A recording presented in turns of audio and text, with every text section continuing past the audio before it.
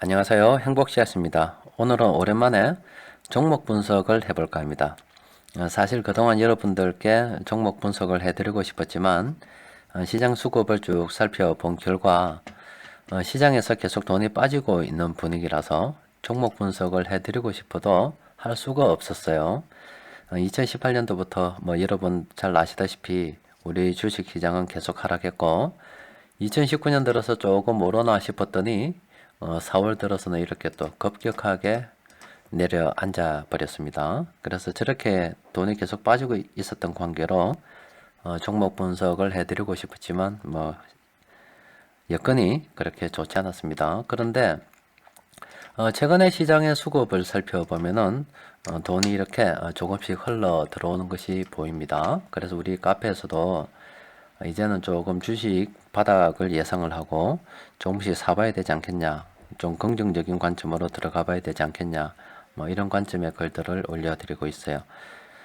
예전과 다르게 돈의 흐름이 약간 변화가 보이기 때문에 이런 변곡점이 있는 시기는 우리가 주식 투자할 때 굉장히 조금 종목 분석하느라 바빠야 되고, 또 내 포트폴리오에 있는 종목들을 점검해 보고서 신규 매수 아니면 추가 매수 이런 계획도 세워봐야 하는 그런 시기가 아닐까 싶어요.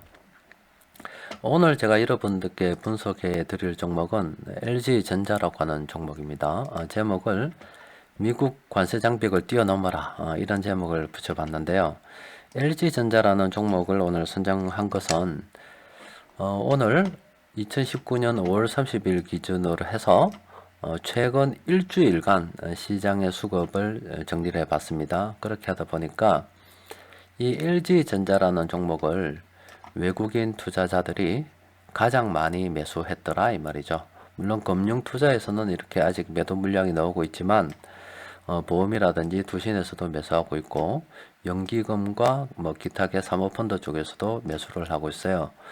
그래서 시장에서 돈이 가장 많이 최근 5일간 흘러 들어갔던 종목이 LG전자이기 때문에 왜 LG전자 쪽으로 돈이 흘러 들어가는지 살펴봐야 되겠죠. LG전자 차트를 보면은 아주 차트상으로는 정말 좋습니다. 지금 여러분들께 제가 최근에 알려드렸다시피 2018년도 이렇게 고점을 형성했다가 시장이 하락하면서 계속 흘러내렸다가요. 바닥을 두 번이나 LG전자는 확인을 했습니다. 그리고 조금 화면을 키워서 보면은 바닥을 2018년과 19년 초 사이에 두 번이나 확인을 하고 추세를 이제 그동안 하락이었다면 이제 상승으로 잡아가다가 4월달 이렇게 우리 시장에서 공매도가 많았던 시기에 시장 분위기 휩쓸려서 LG전자가 떨어지지 않았을까 했던 그런 생각을 해봤어요. 왜냐하면 그 이전에 이렇게 상바닥을 확인하고 이렇게 세력들이 매수해서 주가가 올라갈 때는 분명히 이 종목이 뭔가 괜찮았기 때문에 돈을 투입하지 않았겠어요. 그러다가 시장에서 4월 중순부터 해서 계속 공매도가 있어서 그 분위기 휩쓸렸고, 최근에 이렇게 수급이 다시 들어온다고 볼 수가 있겠죠. 수급 분석표를 잠시 살펴보면은 LG전자에서 돈을 가장 많이 현재 투입하고 있는 세력이 외국인들입니다. 최근 1분기 동안 약 435만 주를 매수를 했습니다. 아주 적극적으로 매수를 했고, 기관 투자자들은 최근에 들어왔어요. 보험이나 투신 같은 경우는 최근 2주 정도부터 조금 들어오기 시작했고, 그리고 연기금은 최근 1주 정도 되어서 들어오기 시작을 했어요. 아직 전체적인 세력들이 다 움직이는 건 아닌데, 외국인들이 이 종목을 가장 많이 보유하고 있고, 또 가장 많이 현재 매집하고 있는 그런 상태이고, 이제 서서히 기관들이 동참하고 있는 그런 상태입니다. 그러면 저 외국인들이 LG전자를 매수할 때는 분명히 뭔가 이유가 있겠죠. 그래서 저 외국인들이 왜 매수하는지 이렇게 한번 우리가 살펴볼 필요가 있습니다. 일단 LG전자 관련해서 재무적인 상황을 잠시 살펴보면은 LG전자의 재무적인 상황 일단 괜찮습니다. 매출액을 보게 되면은 2016년도부터 2019년까지 계속 매출액이 늘어날 것으로 시장에서는 예측하고 있어요. 2019년도는 시장에서 예측하는 겁니다. 예측하는 거고, 2016년부터 2018년까지는 이미 결과들이 다 나온 겁니다. 여튼 2019년도에도 계속 뭐 매출액이 늘어날 것으로 보고 있고 영업이익도 늘어날 것으로 보고 있어요. 그리고 현금 흐름을 보면은 영업활동으로 돈을 잘 벌고 있고 또 투자활동, 투자도 계속 지속적으로 하고 있습니다. 그런데 2017년과 2018년은 재무적으로 조금 돈을 빌린 그런 상황이 있었습니다. 아무래도 투자를 계속 해야 되다 보니까 저렇게 됐겠죠. 그래서 재무적인 상황은 그렇게 뭐 별다른 특이점이 없어요. 괜찮아요. 또 그리고 LG전자 관련해서 재료들을 제가 한번 쭉 살펴보니까 재료도 괜찮습니다.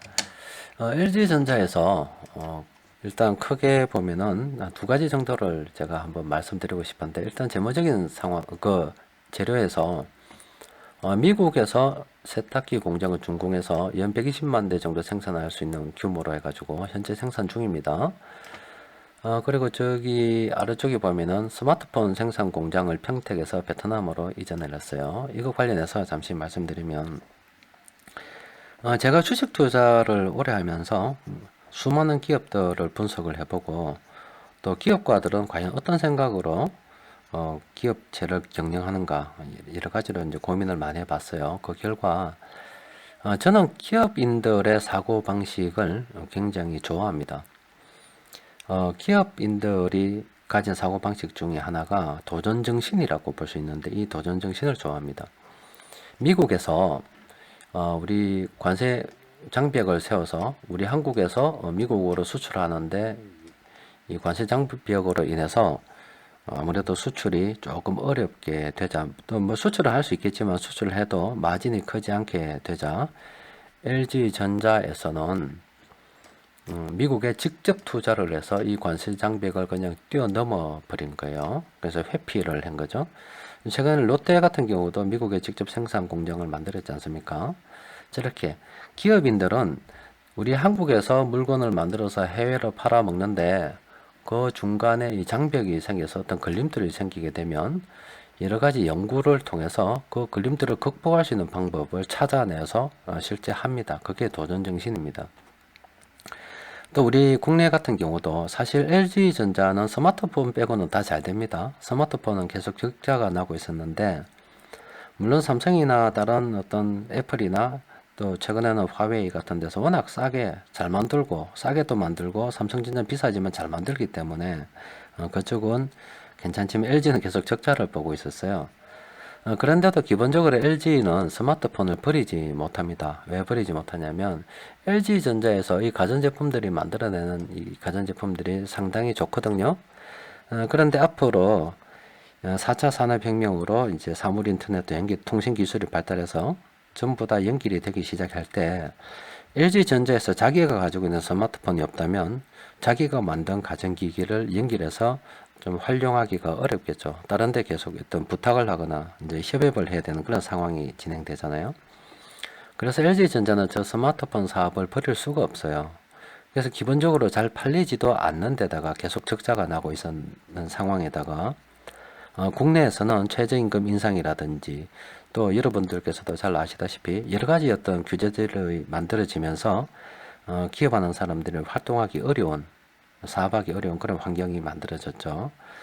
그렇다 보니까 LG에서는 이제 또 고민한 거죠. 이 어려움을, 스마트폰을 포기를 할 수는 없는데 이 스마트폰을 또 계속 만들어야 되는데 어떻게 해야 될 것이냐. 그래서 LG전자가 선택한 것은 과감하게 평택 공장을 정리하고 베트남으로 이전을 하는 결정을 내렸어요. 베트남 같은 경우는 인건비가 우리나라의 10분의 1 정도 된다고 이야기하죠.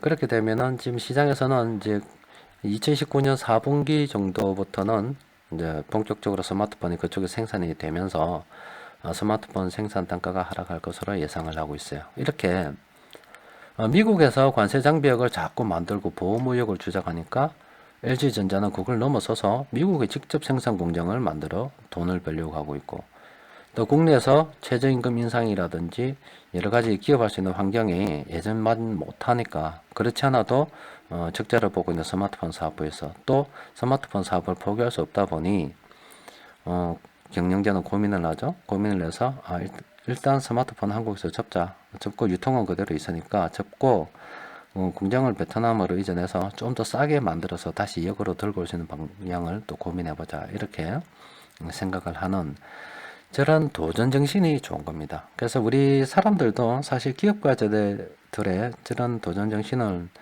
배워야 된다고 생각합니다. 물론 굳이 기업을 하지 않더라도 기본적으로 저렇게 도전 정신이 풍부한 사람들이 있어요.